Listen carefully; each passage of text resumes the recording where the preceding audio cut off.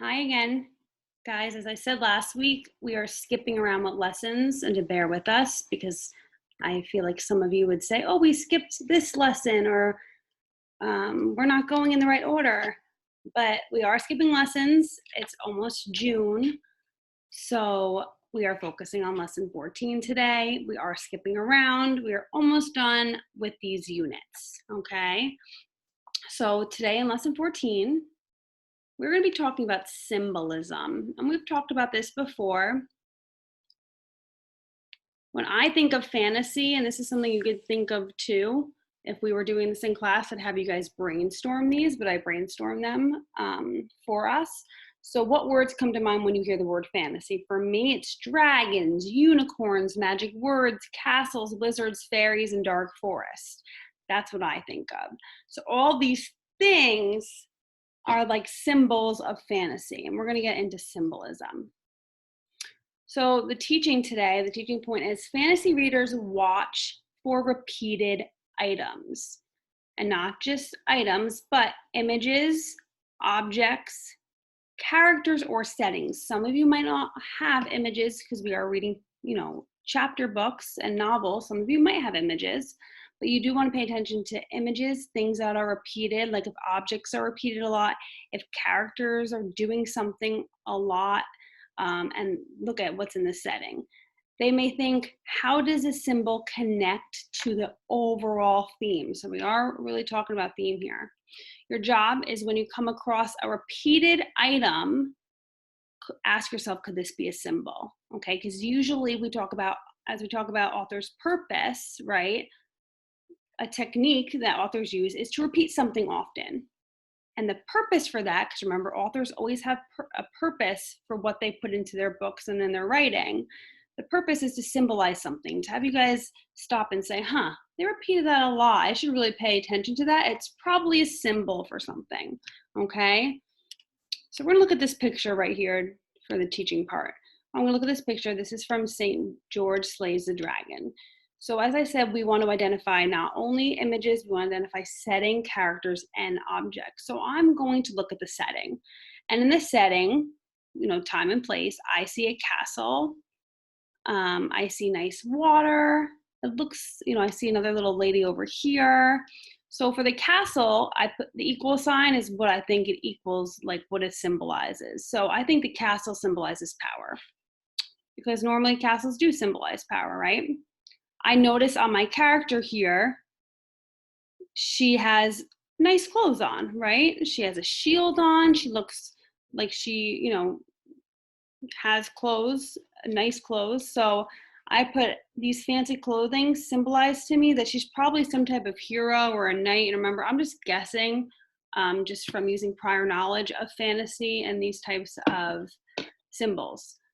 The horse, from history and what we know, horses, especially white horses that work with people at castles, they usually mean good, right? Horses usually mean good, and especially with this picture, the dragon, you see the dragon.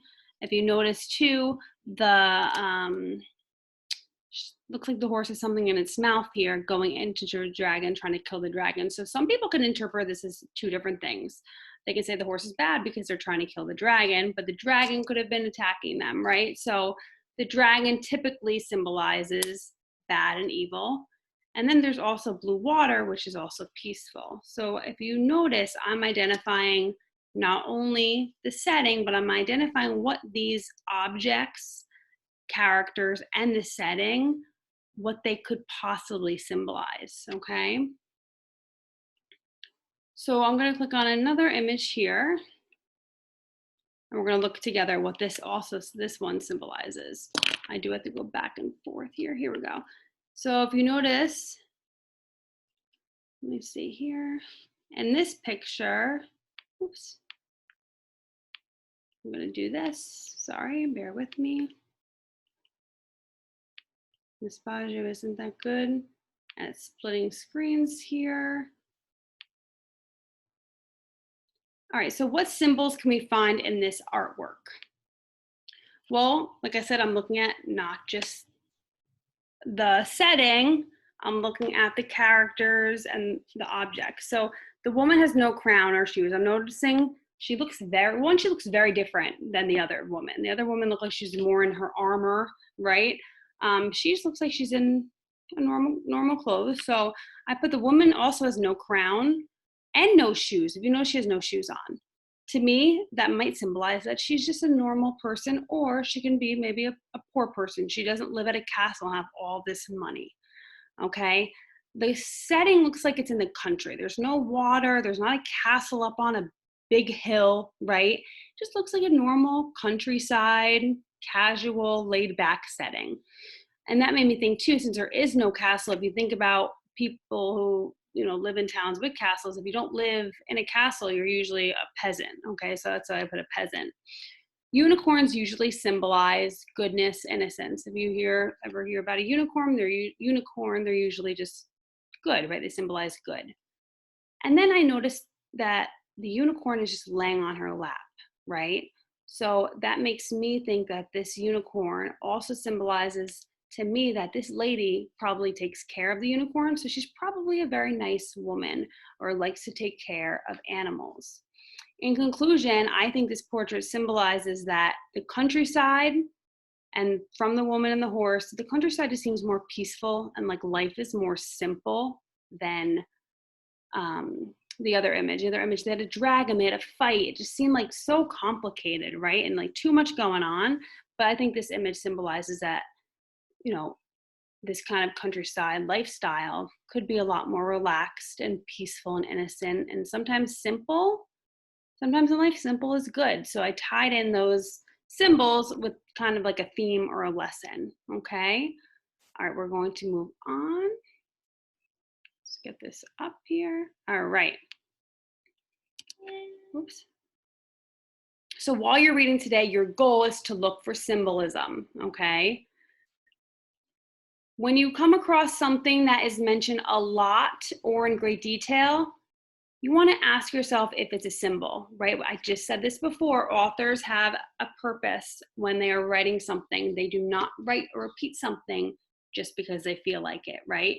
They are repeating something because they want to hint to the readers that you need to pay attention to this because this is symbolizing something or this is very important. We're not going to share this part, but you can think about this at home. Of course, you've had to listen to the read alouds so far to know what's going on in Thief of Always. But what are some symbolic details in Thief of Always? What might the fish in the pond represent? When the pond disappears, what does that symbolize? How does this all fit with the bigger themes of the book? So, like I said, you are not doing this for the Thief of Always, but this is just something to think about. This is what you are doing today. This is your independent practice. Remember, you're doing this with your book. You're going to try this skill with your fantasy book on Epic. So what are some symbolic details in your fantasy book? What do these objects and details symbolize? Try to come up with at least 3 and use text evidence. So I put 3 boxes here. If you want to do more, you can do more. Symbol or details. So this would be the object would go here. What does it symbolize? How do you know or why do you think it symbolizes that? And I want some direct text evidence. If you can, it would be great to push yourself to say, okay, in conclusion, all these symbolize what kind of theme or what conclusion for the story. And that's it. So this is your independent practice. Remember, you have the slides attached. You can always refer back to the slides, boys and girls, because if you ever forget what I taught or it's too noisy at home and you can't really focus on these videos, I pretty much take you step by step through the Google Slides. So if you're ever having trouble or you're struggling, go and open up that Google slide. Don't just skip and go to this last section. Look at the slides because they could reteach you and give you, some more overview of what we expect from you in your work today. All right, as always, leave a private comment if you need any help, and happy reading.